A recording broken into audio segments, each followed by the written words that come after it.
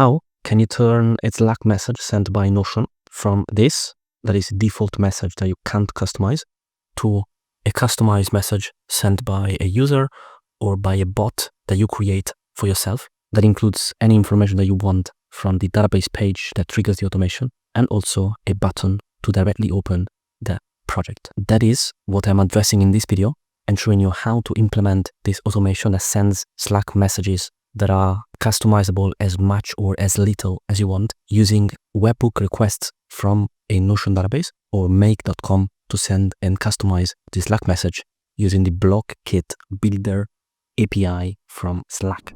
Here is a Notion database, and there are two ways from Notion to send a Slack message natively. The first way is via a database automation, which you can find at the top right corner. If you're on a paid plan, you can create automations, otherwise you can't. So when I click on this, if I look at an automation or create a new one of the available actions is send Slack notification to. And the only thing that I can configure in here is what channel I want to send that notification to. And that's it. I can't customize the message really. And that's why the message looks like this one here, sent by the Notion app. And there is a direct link to the Notion page. There are some properties down here and the specific change that happened to trigger the automation.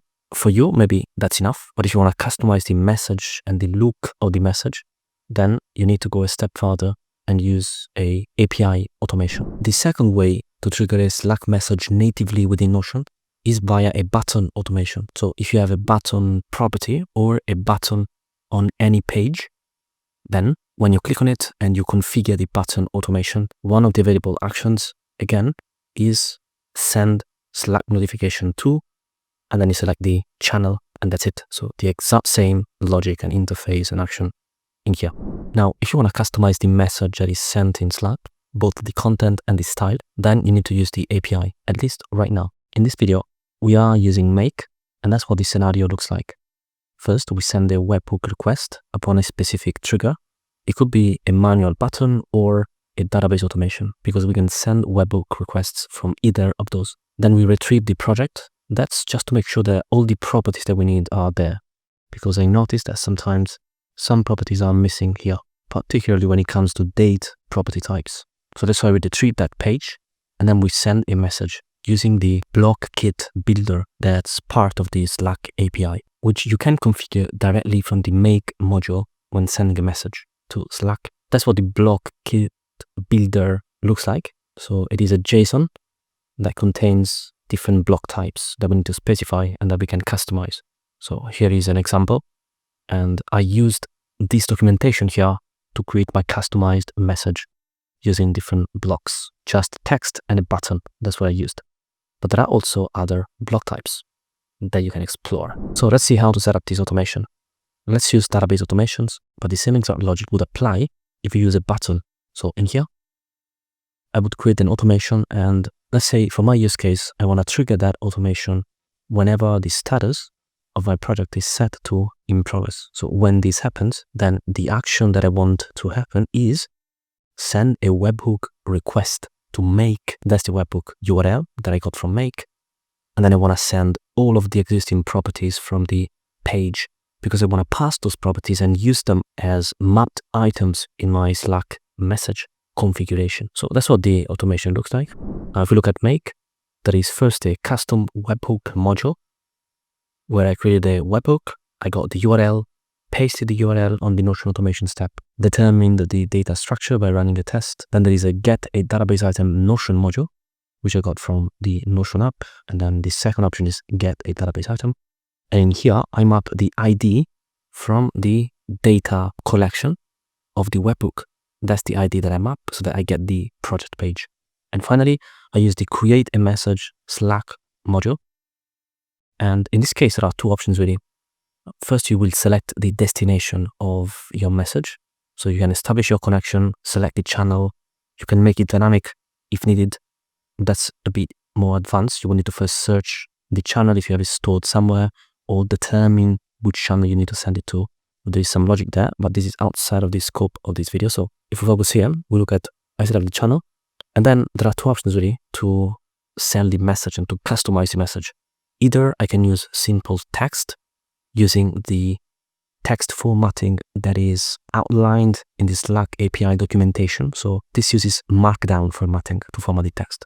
So you can still use bold text, italics, underline text. You can hyperlink text and any of this styling of text. If you want to go a bit more advanced with your design, then you can use the block kit builder. And here is the documentation link that I showed you earlier. And with the block kit builder, you use a JSON payload to send it to the Slack API request. And this will create the message with all the blocks that you include. And the blocks can be buttons, they can be dynamic links, text, and there are also other blocks that you can find in the documentation. For my use case, I used a text block, as you can see here, styled with Markdown. So type is Markdown. And then here, I added the text. So there is a rocket icon here, and then bolded text. That's why it has these asterisks. New project in progress. And then I put the project name. Then /n, that means new line. So I wanted to go into a new line. Got the owner.